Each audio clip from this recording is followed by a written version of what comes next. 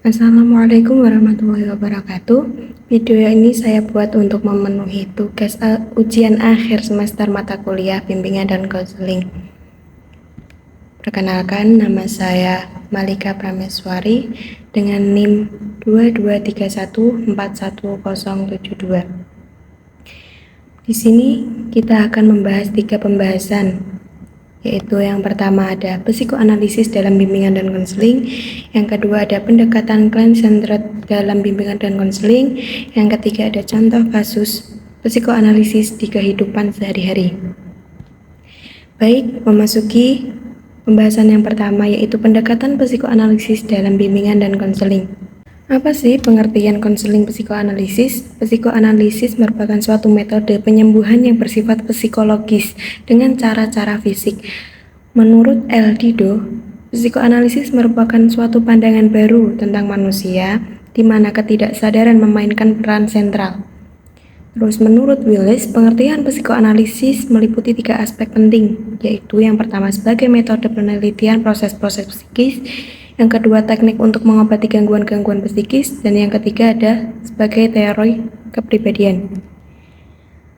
Lanjut, menurut Freud, letak keunggulan psikoanalisis dalam konseling adalah sangat efektif untuk menyembuhkan klien atau pasien yang histeria, cemas, obsesi, neurosis. Baik, dalam dunia kesadaran awareness individu terdapat pula subsistem struktur kepribadian yang berinteraksi secara dinamis. Antara lain yang pertama ide, merupakan subsistem kepribadian yang asli yang dimiliki individu sejak lahir. Ide lebih didorong pada prinsip kesenangan untuk pemuasan keinginan. Jika keinginan tidak segera terpenuhi akan timbul rasa kecemasan. Dan yang kedua ada ego, berusaha untuk memuaskan keinginan ide dengan cara yang realistis dan dapat diterima oleh kondisi lingkungan sosial. Dan yang ketiga ada superego, bekerja berdasarkan prinsip moral yang orientasinya bukan kesenangan tetapi pada kesempurnaan kepribadian. Lanjut, di sini ada prinsip psikoanalisis. Ada 3, yaitu yang pertama ada prinsip konstansi, artinya bahwa kehidupan psikis cenderung untuk mempertahankan kualitas ketegangan psikis pada taraf yang serendah mungkin, atau setidak-tidaknya taraf yang stabil. Yang kedua ada prinsip kesenangan, artinya kehidupan psikis cenderung untuk menghindarkan ketidaksenangan dan sebanyak mungkin memperoleh kesenangan. Dan yang ketiga ada prinsip realitas, yaitu prinsip kesenangan yang disesuaikan dengan keadaan nyata.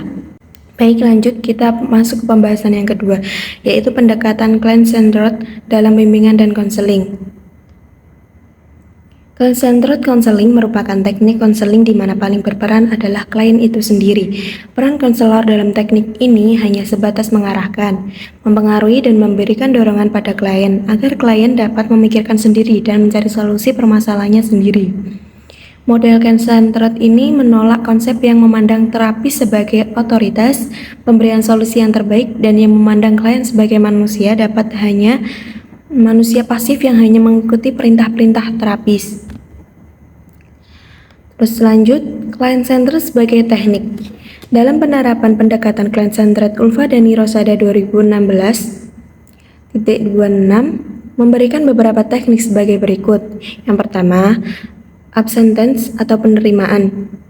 Konselor menerima klien apa adanya dengan segala permasalahannya. Jadi sikap sutradara adalah menerima dengan netral. Terus yang kedua ada congruence atau kesesuaian. Kesesuaian berarti bahwa kualitas sutradara selalu terintegrasi dalam perkataan dan perbuatan. Dan yang ketiga ada understanding atau pemahaman, yaitu pemahaman berarti konselor harus mampu memahami dunia klien secara akurat dan peka dari dalam diri klien. Terus yang keempat ada non-judgmental, tidak menghakimi. Tidak menghakimi berarti klien tidak dihakimi, tetapi pelatih selalu objektif. Baik, lanjut kelebihan dan kekurangan client-centered. Yang kelebihannya ini yang pertama itu dalam hal mengeksplorasi bidang sepenuhnya ditetapkan oleh klien. Yang kedua, rumusan-rumusannya sebagai hipotesis yang dapat diuji dalam penelitian.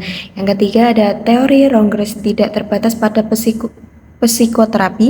Rogers memadukannya dengan berbagai pendekatan, misalnya penerapan untuk kelompok diagnostik dan kelompok multikultural memerlukan waktu yang relatif lebih cepat dari pendekatan yang lain. Terus ada kelemahannya nih. Kelemahannya nih yang pertama, bagaimana beberapa praktisi salah mengartikan atau terlalu menyederhanakan poin sentral dari posisi customer centric. Terus yang kedua, tidak semua konselor mampu mempraktekkan terapi yang berpusat pada klien karena banyak konselor yang tidak percaya dengan filosofi dari dibaliknya itu. Terus yang ketiga, batasi ruang lingkup respon dan gaya konseling mereka sendiri pada pemikiran, empati, dan mendengarkan. Yang terakhir, adanya jalan yang menyebabkan sejumlah pemraktek menjadi terlalu berpusat pada klien sehingga mereka sendiri kehilangan rasa sebagai pribadi yang unik. Inilah kelebihan dan kekurangan dari client centered tersebut. Baik, kita akan memasuki pembahasan yang terakhir, yaitu contoh kasus psikoanalisis di kehidupan sehari-hari. Di sini dilihat dari sistem IT, seorang perempuan berusia 8 tahun, masih duduk di kelas 3 SD. Jika sedang di rumah, dia selalu ingin membeli jajan di luar rumah seperti bakso, es cendol, balon, dan lainnya. Karena anak itu gendut dan mudah sakit, maka oleh ibunya dibatasi jajanannya. Tetapi namanya juga anak kecil, pasti jika ada sesuatu yang diinginkan pasti akan berusaha mendapatkannya, apapun caranya yang akan digunakan, mungkin dengan menangis atau bahkan melempar barang karena kasar. Terus yang kedua, kita lihat dari sistem ego.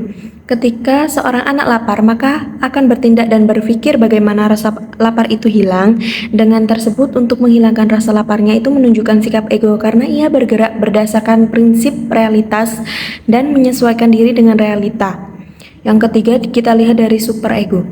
Seorang ibu telah mengontrol anak dengan melarang tidak boleh membeli jajanan di luar rumah, tetapi apabila superego telah terbentuk, maka kontrol dari dirinya sendiri akan keluar dengan memaksa ibu untuk membelikannya atau mengizinkannya untuk membeli jajanan di luar rumah. Terima kasih sudah menonton video saya. Sampai jumpa dan wassalamualaikum warahmatullahi wabarakatuh.